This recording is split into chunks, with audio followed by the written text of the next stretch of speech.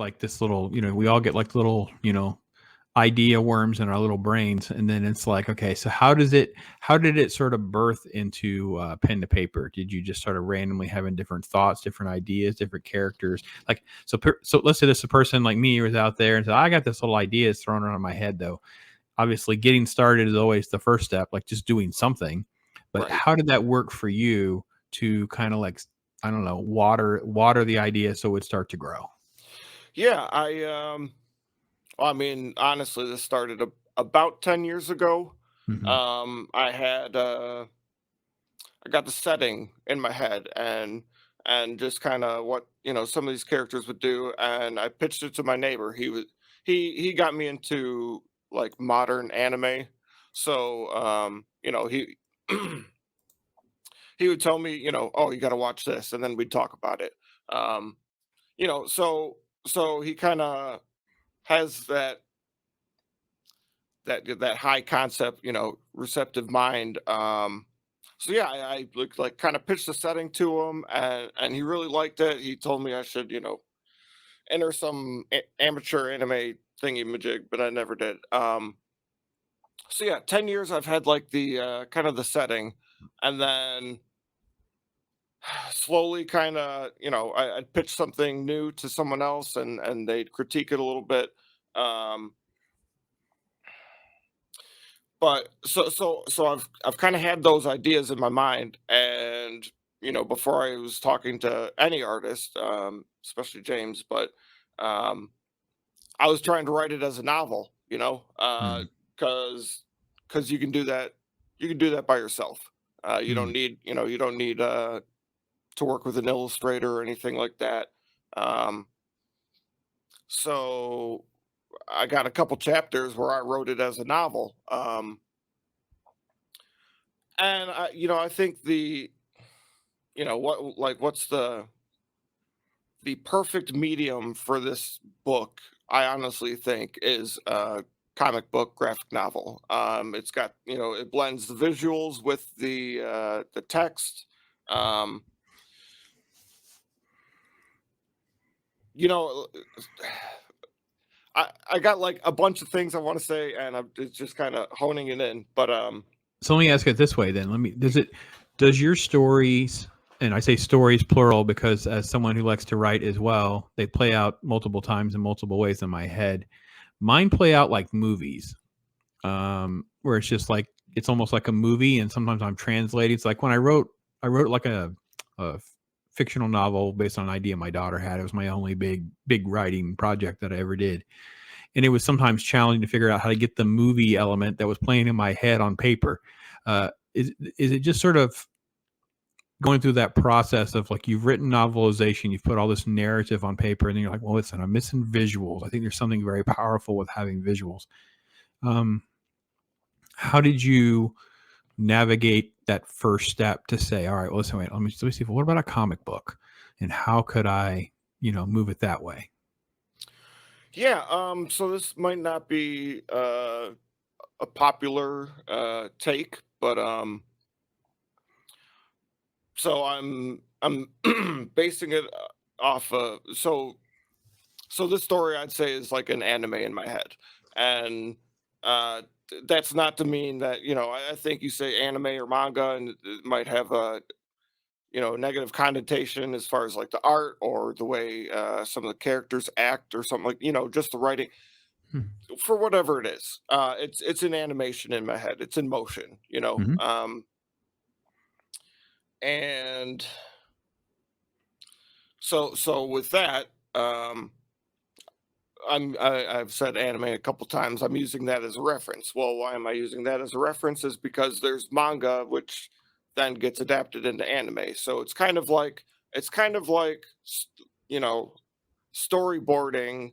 Mm. It's kind of like Okay. monetize. It's kind of like monetizing storyboarding, right? Um, if this were to become like a TV series or something like that, in the future, this is where it starts. These are the ideas. This is how I get characters to do certain things or events to happen. and you're only getting, you only get that little screenshot, you get the little flash, you get one image or maybe a couple sequential images, but um it's like what's like the key frame for this scene or whatever, and making sure that uh kind of like builds up to that point, and that point is on paper, you can see it, you can read it. Yeah, it becomes tangible. Yeah, I get you. I'm Mm-hmm. picking up what you're saying. By the way, I don't want to pause too long here, but I want to say hi to Bifer who popped in here and said, "Hey." So hey to you, my friend. Thank you always Hello. for supporting the channel and my work. I appreciate that very much. And well, let's take a quick look. 10 years in the making, basically. So here we go. This is on Indiegogo. The link is in the description. I actually dropped it in the chat as well if you're following along. So a 60-page book. Very nice. Here you go. Steamjunk Western number 0. The first frontier in a Western saga, a character-driven story, and an introduction to a larger world, which is definitely what Tom was getting at. Like, this is like literally like, chapter 0 for, obviously that's by definition, but just the concept of, a good starting point. Yeah. Yeah, and so as far as like numbering it a 0, some people do ash cans, some people do just like proof of concept books, and this is different. This is uh definitely the start of the story. It's kind of you spend a day in the life with one of the main characters. You kind of learn some of the surrounding characters also, but it is somewhat of a misdirection. What I can say for the series, uh that would be Steamjunk Western, the series, even the franchise anti. Okay, so it's yeah, okay, uh bring it in.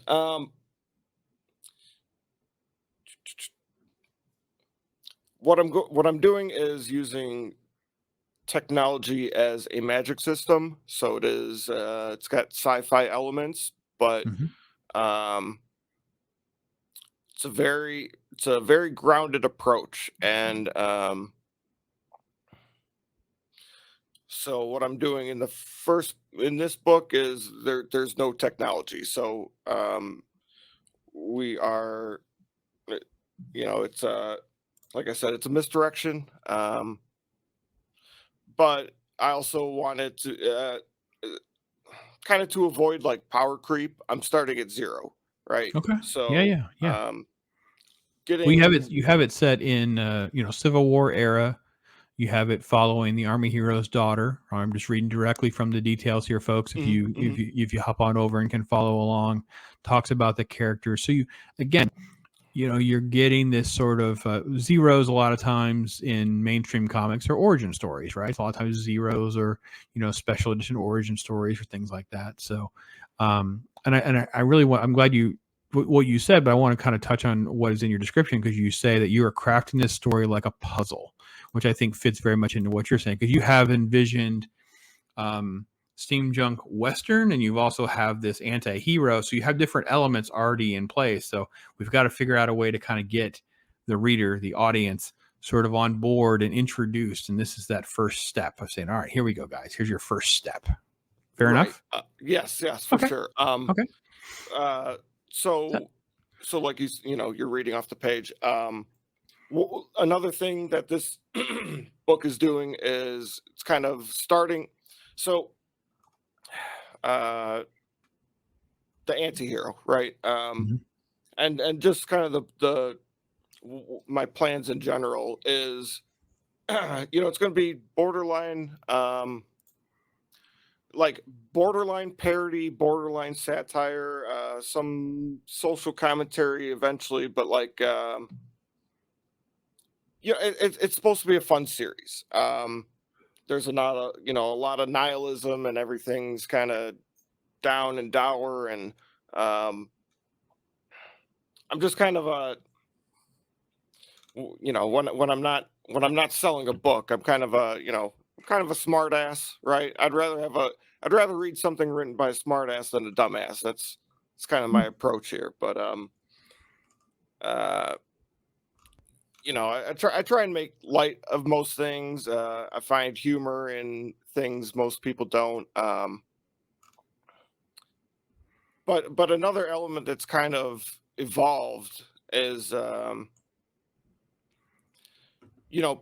paying respect to some historical characters Mhm. that I can, and that's kind of skirting around the copyright law a little bit, but Well, that's how you know that everybody does it. You can't have Superman, but you go make your own version of Superman. I got it. We're good. We're good. We don't. yeah Yeah. uh Yeah. No, there's not. yes There's not got to be. Look, listen, folks. I think that there's obviously you can feel sort of an Eastern style. I don't know that I see a ton of like really anime per se. I do a little bit here, but I felt there were sort of like American comics of like Lone Wolf and Cub and Ronin and things like that. That's set in Civil War. That's pretty much what I saw whenever I was looking at this for the first time. I was like, this is very interesting. And of course, this is the page that I just go oogle over right here. Is this one right there? I love that page. I love that page so much. And I think that anything that involves world building and creating something where you the writer and James the artist or other artists and other writers can come and play in is where all the fun is really had. Like the franchises that we've all come to love and really adore is because of some sort of universe that's been built, and that's what I hear you saying. And kind of like almost like trying to avoid spoilers and trying to like I can see you kind of skirting around different elements of it, and I understand what you're trying to say because you're trying to lay out all of this, and I'm not trying to put you on the spot to spoil anything, because I think it's just a fun thing to get to experiences. This is where we'll all start, if that's the best way to say it. yeah, for sure, and I hope I hope to deliver. When I hear people talk about like Tolkien, and he's got languages, and he's got this whole history, and for his world. Like, I mean, I'm definitely not to that level, but I mean, I've put a lot of thought into this, and how things kind of got here, led up to this. Yeah, there's definitely there's this is just the tip of the iceberg, but making sure that that gets represented on paper, like no one knows me, no one, no one's a mind reader, so um all this stuff is just in my head until it's on the page. So Sure, sure, gotcha. Yeah. just making sure that those things happen along the way. Yeah, it's been exciting, and I so this is different, right?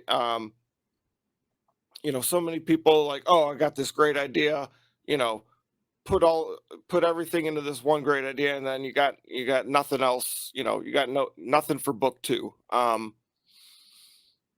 Uh I'm setting up the long game, I hope Mhm. to be at least. Well, because you said you had talked about starting like as you're penning a novel. So when you're penning a novel, you have a very broad spectrum of scope of story and a lot of information laid out there. Like I always make reference to Star Wars. I said it was all fun and games until he realized that he had to write a backstory for Darth Vader. It didn't make any sense to him. Like it's so he basically wrote 40 pages of how Darth Vader become Darth Vader in order to continue writing Star Wars. I'm like, okay, that's really a powerful thing, and I kind of always had that in my like ledger of like stuff. And it's like Tarantino always writes his character. I'm sorry, making film references, but the premise is very similar in that. When he's on set, he would explain to the actors, oh, this person did this and this person did that and whatever. He had all of this intricate stuff that's not in the script. It's all part of it. And that's what I hear you saying it without saying it. It's like, oh no, see, I'm in this for issue. I've already got 5 and 9 sort of penciled out in my head of this is where we're going for this and this is where we're going for that and those kinds of things. So Oh that's what yeah, it sounds like to me. Yeah. yeah. So I guess this would be considered a maxi series, right? Okay. I'm hoping to get around 20 books, but you know, there's enough wiggle room to where it's like if something cool needs to kind of be explored, then there's the time to do it.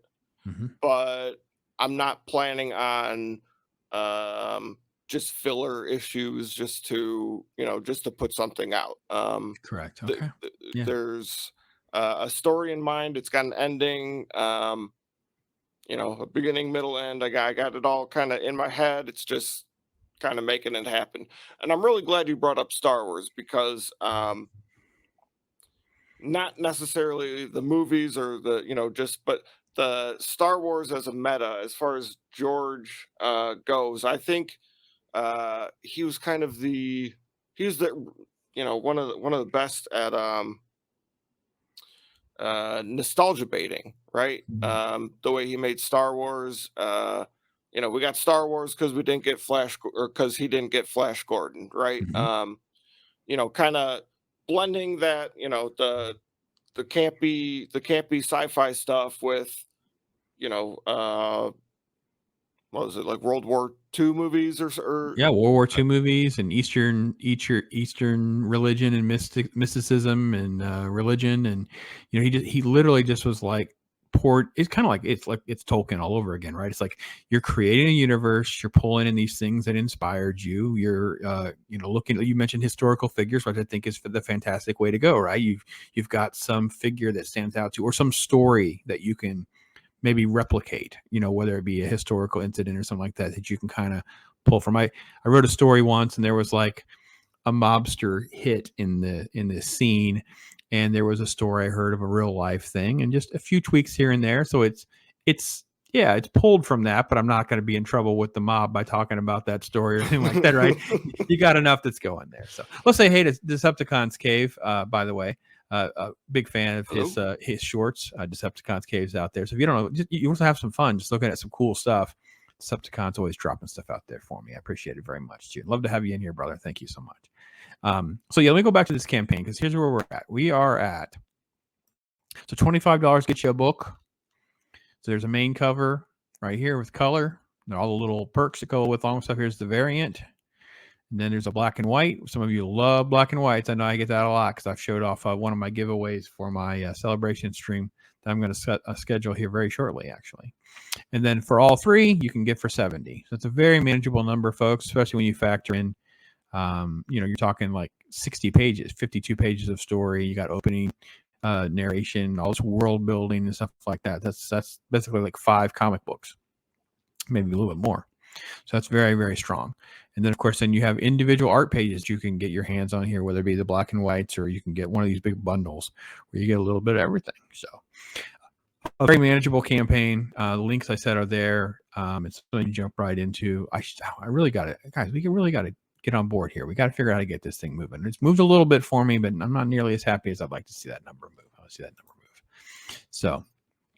So yeah, and this is kind of where the next campaign, not. So we are in demand right now.